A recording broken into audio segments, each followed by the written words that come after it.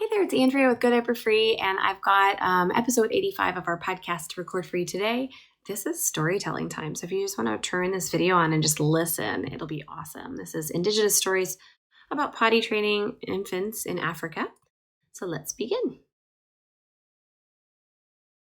Welcome to the Go Diaper Free podcast, where we're all about helping you stop depending on diapers as early as birth.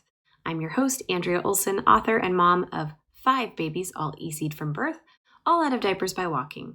This is episode 85, Infant Potty Training in Indigenous Africa, How People Potty Their Babies in Countries Without Diapers, Part 1.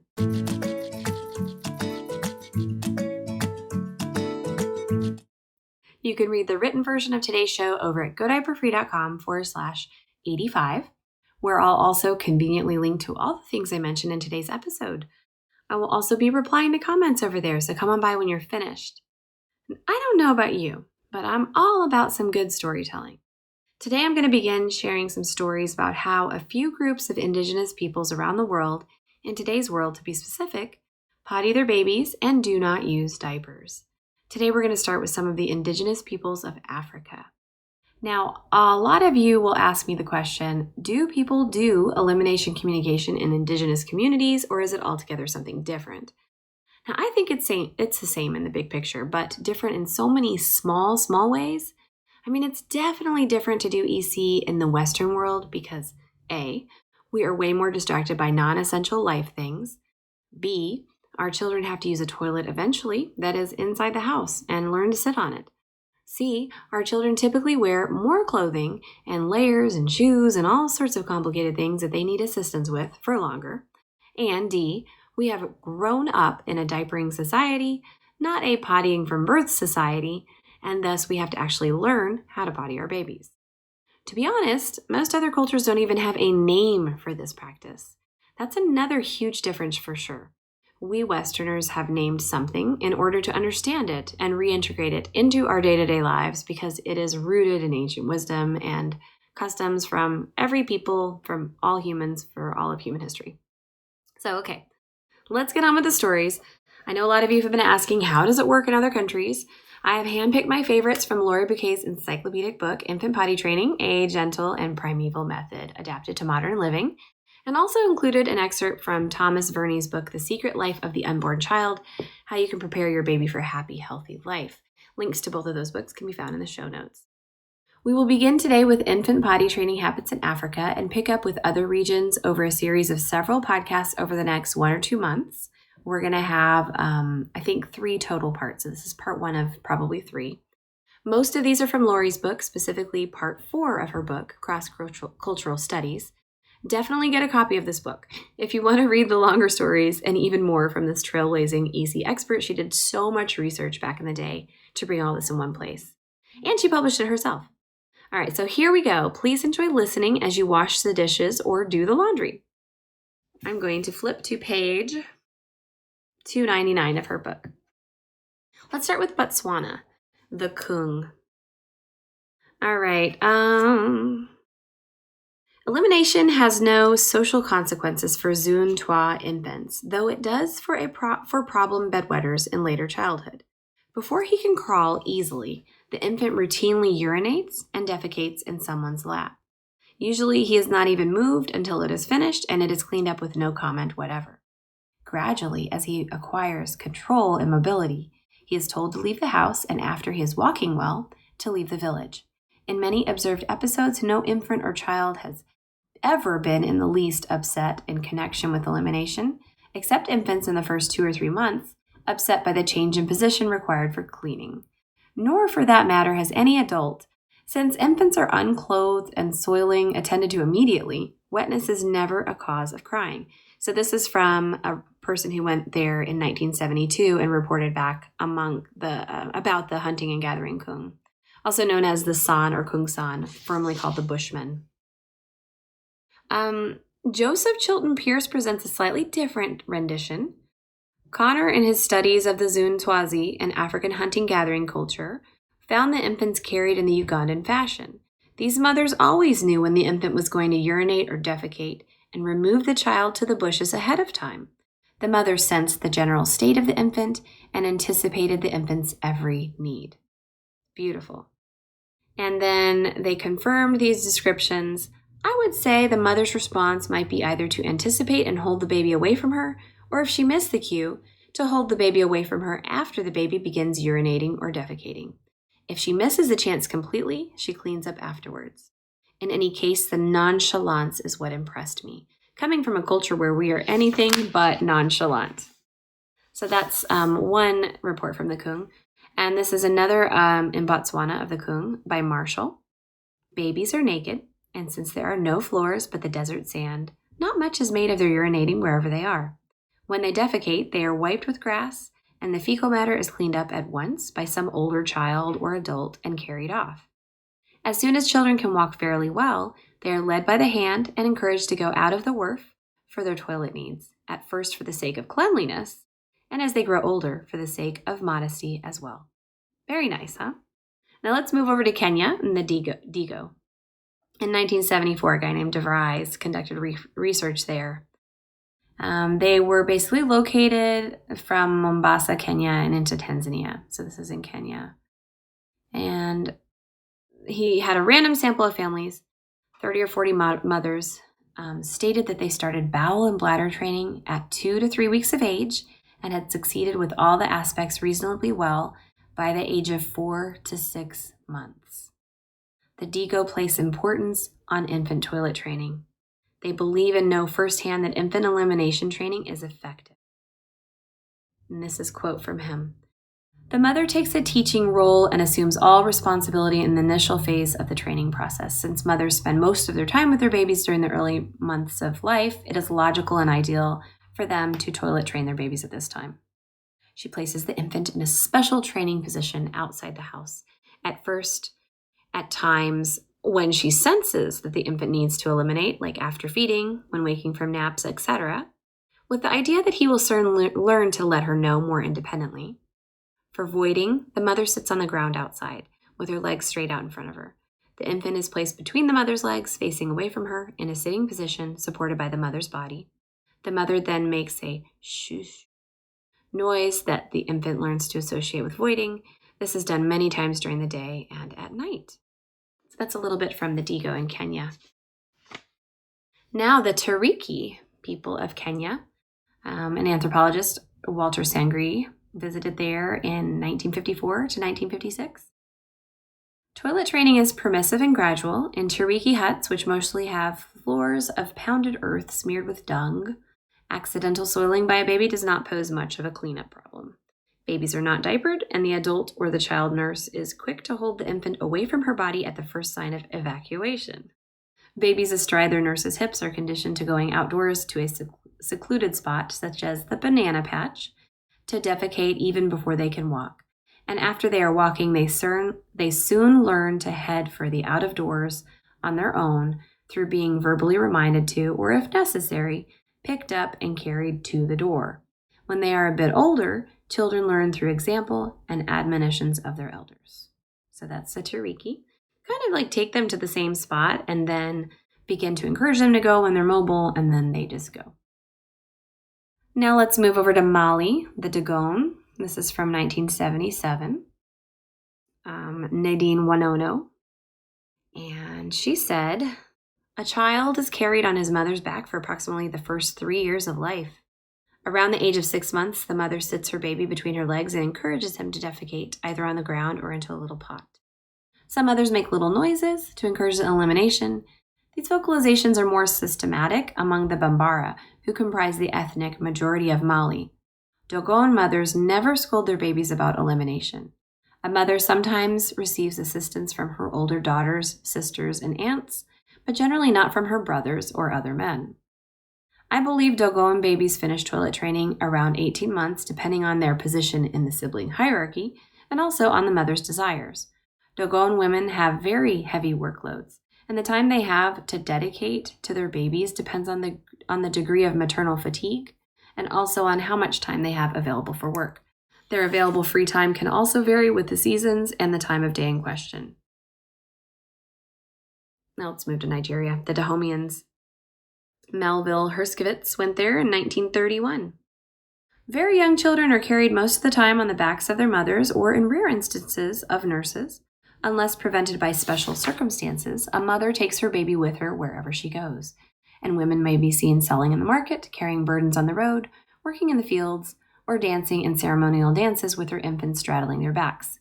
And aside from me, Andrea, I definitely saw that in 2000 in Ghana. I saw days-old babies strapped to their moms' backs and dancing, and I saw no diapers when I was there. So back to this person's account. A child is trained by the mother who, as she carries it about, senses when it is restless, so that every time it must perform its excretory functions, the mother puts it on the ground. Thus, in time, usually 2 years, the training process is completed.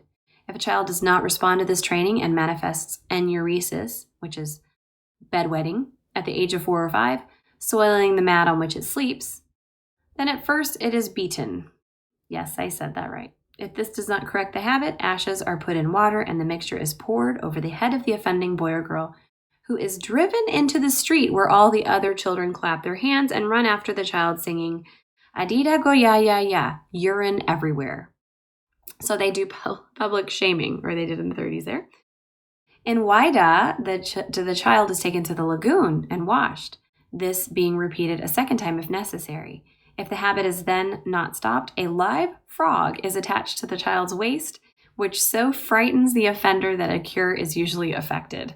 In Abomi, however, beating is the customary punishment. So, to each his or her own. I did not say all of these would be necessarily completely positive stories, but there you go. Let's go over to Nigeria, the Kanuri. This was anthropologist Ronald Cohen in the 1960s. Toilet training for the new infant is minimal. The mother tries to learn when the child is likely to urinate. At first, which you guys, that's the natural timing, right? At first, the child is merely wiped clean by the mother, but as soon as it can sit up, it is placed astride her ankles with its back resting on her upturned feet. A little hole is dug in the sandy soil between the ankles, and the infant then has a simple and comforting toilet ready-made for her by the mother. So this is the foot toilet that you see in my book. Afterwards, its loins are washed and the hole covered up with sand. Toilet training is geared to the acquisition of walking skills. As soon as the child is able to toddle on its feet, the adult woman in whose hut it lives starts enforcing the rule that the child should go outside of the hut, stoop on the ground, and use only the left hand for any function having to do with toilet activities. Failure to learn these skills is met with more insistent pressure as time goes on. A young child only recently weaned who cannot accomplish facile toilet functions may not be scolded.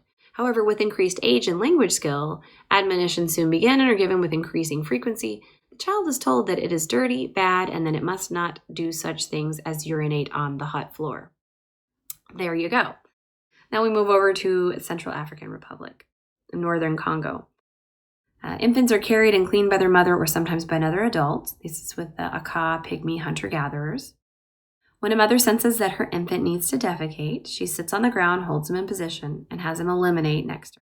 No force is used. Stools are immediately thrown outside the encampment or village. When he's able to stand, move about, and later walk, a child learns to defecate behind the huts or outside the encampment. If he goes in the wrong place, the mother or sister grabs a machete or large knife for scooping up the stools in soiled dirt, places the stools on a bed of dried leaves, then wraps it up in the leaves and throws the stools as far as possible into the vegetation outside the encampment or village. And I know some of you were thinking that she was going to get mad at the kid with the machete, but no, they use the machete to scoop up the stools with. Don't worry, everybody. Oh, goodness. The rules are more strict in permanent encampments and shelters. The emphasis on toilet training is not as great among the Aka pygmies as it is among the peoples of West Africa, but there you have it. That's how the pygmies would do that. And in some other societies, a regular daily enema is given via the mother's mouth or a device for hygienic, therapeutic, and preventative purposes. Let me tell you what year this was.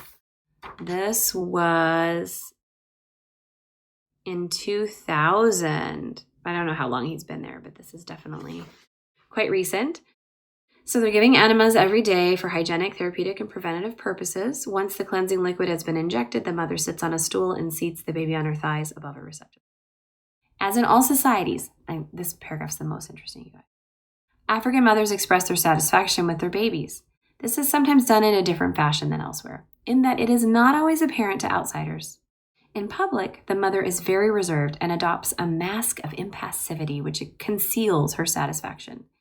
This is done out of fear that too much praise of her baby will attract the attention of malicious and other jealous evil spirits. In contrast, the entourage of siblings and female relatives and neighbors never misses a chance to loudly acknowledge each new performance of the baby. Praise and approval are thus always present, though not necessarily displayed by the mother. Really interesting. Mommies, aunties, grandmothers, or the entourage, especially women and children, play a preponderant role in teaching everyday social conventions. In this respect, too, traditional roles fluctuate, delegating roles of authority to some and roles of tenderness to others. So they definitely divided up the duties there. As for the role of the father, and this is still in the Northern Congo, situations vary greatly depending largely on his personality and on the status of the baby, firstborn, lastborn, boy, girl. There are societies where a father takes no part in the daily care of his babies, and others, such as the Pygmies or the Basari of Senegal or in Asia, where the presence of men in their babies' lives is ubiquitous. In Africa, toilet training is completed at as young an age as possible. When ascertaining the age of completion, it is necessary to begin to distinguish between bowel and bladder training, as well as between normal bowel movements and diarrhea, unfortunately fairly frequent in these regions. But in general, whether it be toilet training or its corollaries, for example, many cultures restrict wiping to the use of the left hand. African cultures are very precocious in this regard, with remarkable results. The early accomplishment of sphincter control corresponds to the rapid psychomotor development of babies up to 12 to 18 months, and has been emphasized by experts on infancy. It is my opinion that this precocity is related to the incessant social stimulation to which infants are subjected, not only by their mothers until weaning or separation, but also by the many other people involved. So they've got this entourage, this is me speaking now, this entourage of females usually, who are encouraging them and teaching them social skills and teaching these babies the ropes so they have total guidance in all of this. I think that's just wonderful. Now let's move to Senegal, to the Wolof. And this was several visits, 1960s and 1990s. Starting at the age of 2 months, a mother sits her infant on her ankles. She holds her ankles spread apart to make a place for the child to urinate or defecate. A baby can hold its head up straight at 2 months. The mother supports him in position on her ankles by holding his arms steady. She encourages the child to eliminate by making a whistling noise. A mother does not compliment her baby when he is eliminated for her. She often passes the time chatting with other women during the potty process. This behavior was observed in 1965 to 66. A child is not expected to be toilet trained before he can walk. This woman never saw children under 3 years of age being scolded for urinating on the ground. There's a lot of emphasis for the child to learn to defecate in the bush behind the home. This is learned by imitating adults mainly and other children. The baby's trained by their example. And why, this is Andrea speaking, why do you think they're encouraging children to defecate in the bush? Because of disease and cleanliness and smell, right?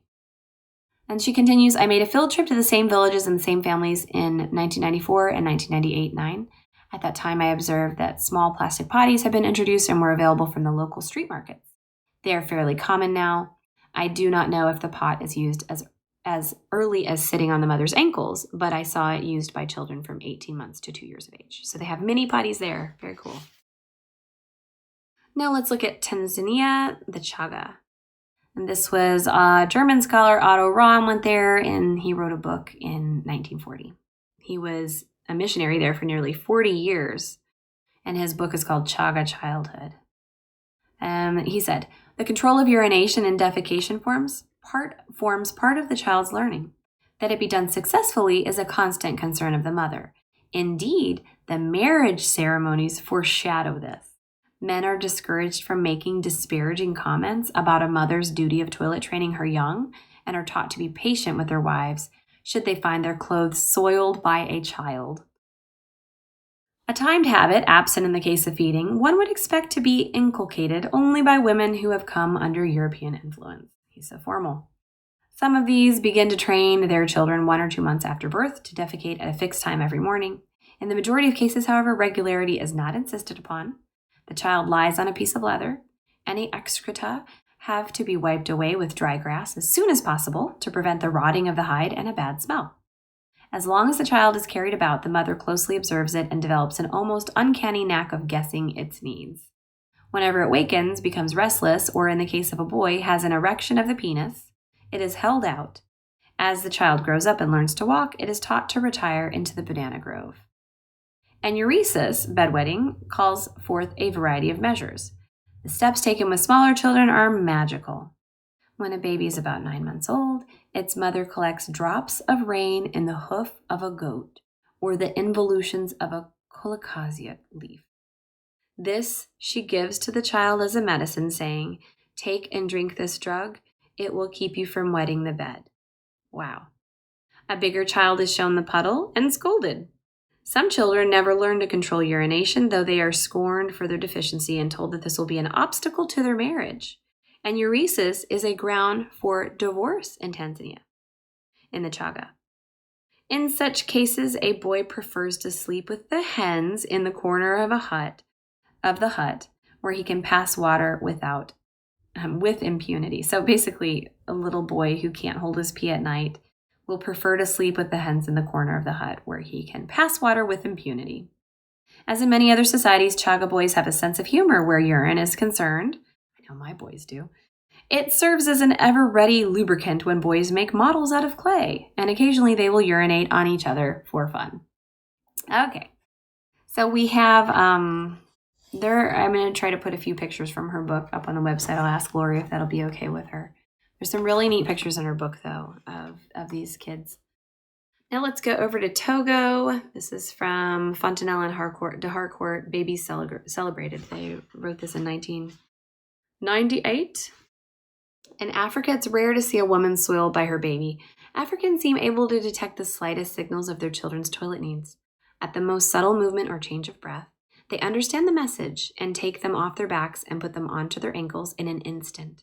If an accident happens, the mother is ashamed and embarrassed. Some ethnologists qualify the commonly held belief that in Africa, babies' bowel movements do not provoke revulsion. Nadine Wanono points out that long deodorant necklaces of cloves are worn by the mothers of young children, and Suzanne Lallemande reminds us that in many traditional rural societies, men complain about these smells. In central Togo, there's even a song with the refrain, "To smell as bad as a woman who has a baby." Oh, goodness. Let's go over to Uganda. Let's see, we just have a couple more. This is the Buganda in Uganda, as reported by Mary Ainsworth. She was there in 1954. The method of training consists in holding the baby down in a squatting position, his feet on the ground, with the mother's arm passing across the baby's back, supporting it, and holding him under the arm farthest away from her. The mother's other hand usually was on the baby's body also, but it was not clear to my eye whether it was used to provide support or pressure. The baby is held down immediately after he wakes from sleep and immediately after feeding. Indeed, as one of our old informants told us, the mother might interrupt feeding if she sensed that he was about to have a bowel movement, thus avoid soiling. I've done the exact same thing, have you? The Luganda word for holding the child in this position is okusimba, a synonym for the verb to plant. An alternative position observed by Dr. Wellborn and is described as holding out, and this refers to holding the baby under the armpits in a standing position with his feet touching the ground. So the child eventually builds up an association between being held down or held out and elimination. So the position becomes the signal or the cue to, hey, it's okay to go now. Most mothers implied quite clearly that the practice of holding down was designed to catch the child at an opportune time when he was ready to excrete but had not yet done so. Natural timing. They all placed stress on the need for vigilance if the child was to be caught. They attached importance to the convenience of avoiding soiled or wet beds by undertaking this practice, but at the same time, they believe it to be a method of training. So they're keeping everything clean and wet and dry, and they also know that they're training their babies. The mothers displayed much patience throughout the period of training. Babies were never scolded or punished for accidents. Instead, lapses of control were treated in a matter-of-fact manner without fuss. And then the last thing I want to say from this one is before he can actually signal his needs, the mother gears her practices to what she has observed of the child's rhythms and holds him down at times when he is most likely to defecate or urinate. Soon he is able to signal his needs with special sounds that she recognizes even before he can verbalize. The extent to which control is something accepted by the child rather than imposed upon him is shown by his tendency to take the initiative himself and finding the appropriate place to excrete waste when he is old enough to get there under his own steam. All of this is contingent upon the mother's omnipresence and responsiveness, which ensure that the baby's signals will not go unheeded. And she said in her book, she had a table, details that training was begun around 1 to 6 months, and that things became soiling the house generally stopped between 8 and 12 months of age. So that's basically when they were done. And peeing at night, bedwetting ceased between 9 and 22 months of age. Ainsworth theorizes that it may be well that the task of learning, first of all, that the bed is a place not to be wet or soiled is an easier one than learning that elimination can take place in only one place, on a potty or a toilet. So in other words, teaching them where not to wet is a good first step. Having grasped this notion, it is perhaps easier to take the next step of delaying until the proper place is reached than it would be to learn that all at once without intermediate objectives, that this is the place we need to go. Okay, so that was Ainsworth. Now let's look at Uganda, and this is as reported by Marcel Gieber. And this was, when was this? I don't know when this was, but I'll read it. And we have 3 more, including this one. The Ugandan mother never misreads the needs of her infant, whether he wants to suckle, urinate, defecate. In a quick and tender movement, she rolls him from her back onto her hip, then holds him against her chest with her wide hand, or she slides him to her side and holds him out by his arm so he doesn't get her wet. Or else she takes him out of the cloth sling and holds him seated between her 2 hands so he doesn't soil himself and doesn't soil her. A Ugandan mother is so intimately connected with her infant that she senses and responds to the slightest movement, the tiniest whimper, and the most subtle gesture, which communicate the child's needs. The same is true on occasions where she is not carrying him, but has, in accordance with tradition and duty, offered him as a sign of welcome to a visitor to hold. When the babies were old enough to walk, Gieber observed them going outdoors without prompting to relieve themselves. This is why I say we have a lot of potty pauses when kids start to walk, because why would they need us anymore, right? She reported that Ugandan children completed toilet training between 15 and 24 months. And 2 more, Uganda by Pierce's report, Joseph Chilton Pierce, in the book Magical Child. He writes, Jean McKellar told me of her years in Uganda where her husband practiced medicine. Local mothers brought their infants to see the doctor, often standing patiently in line for hours. The women carried the tiny infants in a sling next to their bare breasts. Older infants were carried on the back, papoose style. The infants were never swaddled, nor were diapers used, yet none of them were soiled when finally examined by the doctor. Puzzled by this, Jean finally asked some of the women how they managed to keep their babies so clean without diapers and such. Oh, the women answered, we just go to the bushes. Well, Jean countered, how did they know when the infant needed to go to the bushes? The women were astonished at her question. How do you know when you have to go? They exclaimed. I love that so much. And then lastly, we will end this with West Africa, a 1999 book in French that I can't say. Helene Stork described this as, the young baby wears no diapers, yet his mother, who carries him everywhere with her, is never wet. Being in constant contact with her baby teaches a mother to sense, through empathy, the meaning of the slightest whimper or movement made by her child. She knows precisely when and how to respond, and has the ability to distinguish, for example, between her baby's desire for the breast and his need to defecate. To stimulate this function, the African mother, in similar fashion to the Indian mother, sits on the ground and installs the infant on her ankles, spreading them at precisely the opportune moment. Her use of onomatopoeia, which evokes the sounds of evacuation, encourages the baby to go. A mother never expresses any disgust when picking up feces and throwing it out of the area where daily life takes place. Toilet training is not an occasion where a child confronts an adult, as is often the case in the West. Self-soiling is not the goal of any punitive attitude and thus never manifests itself as a means of protest by the child. So there you go. If you would like to start EC and you haven't yet because you're totally inspired by these stories, or maybe you want to just get a little bit better at it, maybe try to find your intuition about it and everything, then definitely get my Easy Start Guide at godiaperfree.com/start. It's free. And hopefully it could help you if you are inspired by these stories. I really hope you enjoyed listening to them as much as I did. I mean, we went 30 minutes, my goodness. The next two of this 3-part series are not going to be quite as long, but there are lots of examples in current day Africa and near past Africa.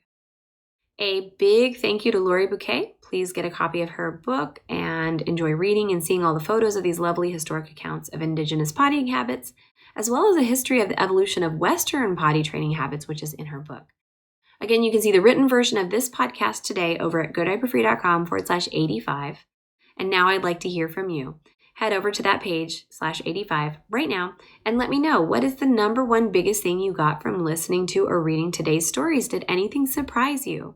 I'll see you over there.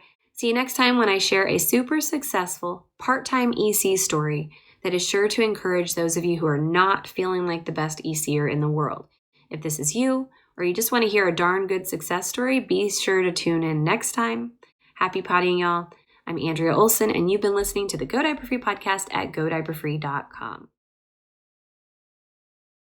Hoo-wee, that was long. What'd you think? Is there anything that you loved from that? Please, or hate it? I mean, maybe you didn't like the part about that they sometimes get in trouble and get mad at their kids. That could be something we could talk about in the comments. Let's not judge though, because everybody does their own thing and for different reasons. And these are also accounts of third parties. So we're not really totally sure exactly what happened. But yeah, let's talk about maybe the other things, like what did you learn from listening to these stories today? Was there something that was totally eye-opening to you in a positive way that could help you with your potty practice with your baby today? Please write down in the comments below. Be nice, be respectful, and I will see you there. We answer everyone. Subscribe, hit the bell if you want to hear about the next video. Until next time, take care.